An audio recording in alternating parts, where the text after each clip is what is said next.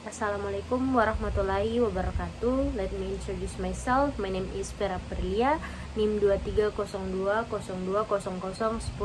I will make a video material about fable to fulfill the task of UTS Literadi.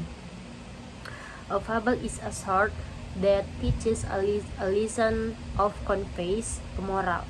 You'll find a lot of personified animals in fable, like talking turtles and wise spiders.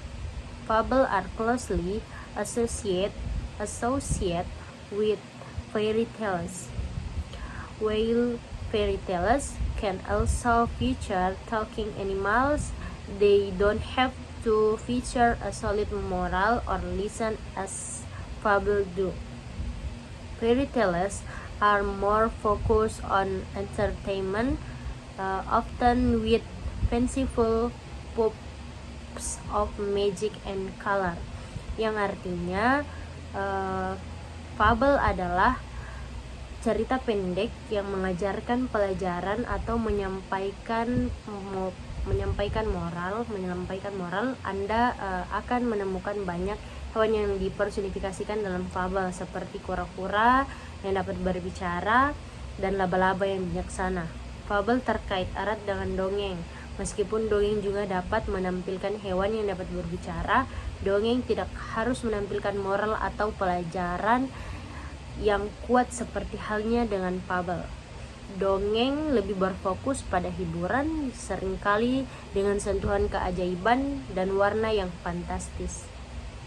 Selanjutnya, ciri-ciri fable. Yang pertama itu, tokoh yang berperan dalam fable adalah binatang. Yang kedua, tema cerita umumnya tentang hubungan sosial. Yang ketiga, watak yang digambarkan dalam fable menyerupai watak atau karakter manusia seperti baik, buruk, cerdik, egois, dan lain sebagainya. Yang keempat, tokoh fable atau binatang dapat berpikir, berkomunikasi, dan bertingkah laku seperti manusia. Yang kelima, sudut pandang yang digunakan adalah sudut pandang orang ketiga. Yang keenam, jalan ceritanya menggunakan alur maju. Yang ketujuh, konflik dalam fable mencakup permasalahan dunia binatang yang hampir sama dengan kehidupan manusia.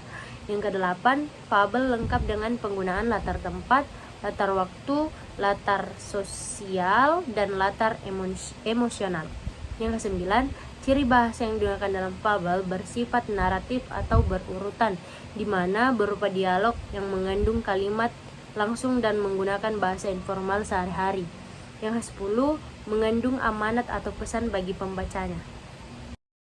Selanjutnya yaitu contoh cerita fable, yaitu cerita tentang kancil dan buaya.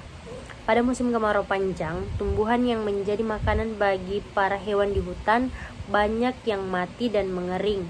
Makanan seperti rumput dan buah-buahan pun juga sulit didapatkan. Kancil yang kelaparan karena tidak ada lagi makanan yang tersisa di dalam hutan akibat musim kemarau yang berkepanjangan. Pada akhirnya mendapatkan makanan di padang rumput seberang sungai, tetapi ia harus menyeberangi sungai yang dimana sungai tersebut ada buaya. Dan tanpa kancil sadari, buaya tersebut diam-diam mengamati kancil yang terlalu serius memikirkan caranya agar dapat sampai ke seberang sungai. Sontak terkejut saat buaya langsung membuka moncongnya dan siap melahapnya.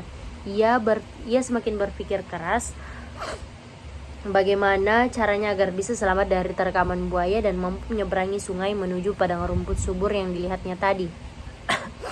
Tak butuh waktu lama, kancil mendapatkan ide cerdik.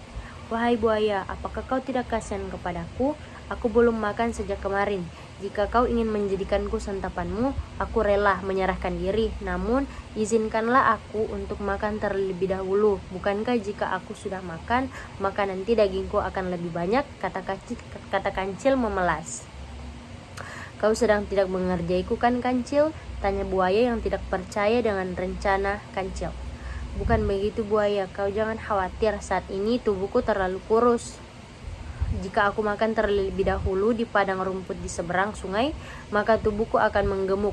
Nantinya kau bisa membagi dagingku dengan teman-temanmu yang lain, kata kancil. Namun, bagaimana caraku membawamu ke seberang sana? Aku tidak kuat. Aku tidak kuat menggendongmu sendiri, ujar buaya.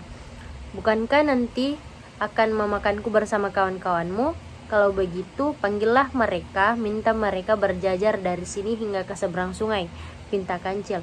Ia memanfaatkan kecerdikannya untuk mengelabui buaya dan teman-temannya. Kancil meminta mereka untuk berbaris rapi, membentuk sebuah jembatan hingga ke tepian sungai di padang rumput. Buaya yang mudah ditipu termakan bujuk kerayuan Kancil tersebut yang akan mengaku memberikannya daging.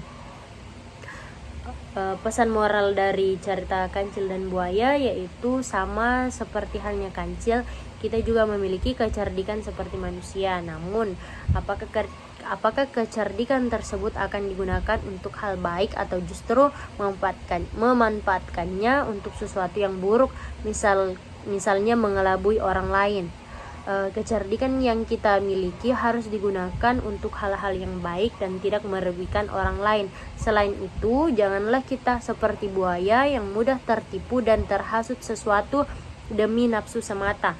Pada akhirnya, kita sebagai sesama makhluk hidup harus saling tolong-menolong dan tidak memanfaatkan kekurangan setiap orang untuk kepentingan pribadi. Saya kira itu materi yang dapat saya jelaskan tentang fabel. Kurang lebihnya mohon dimaafkan. Wabillahi taufiq wal hidayah. Wassalamualaikum warahmatullahi wabarakatuh.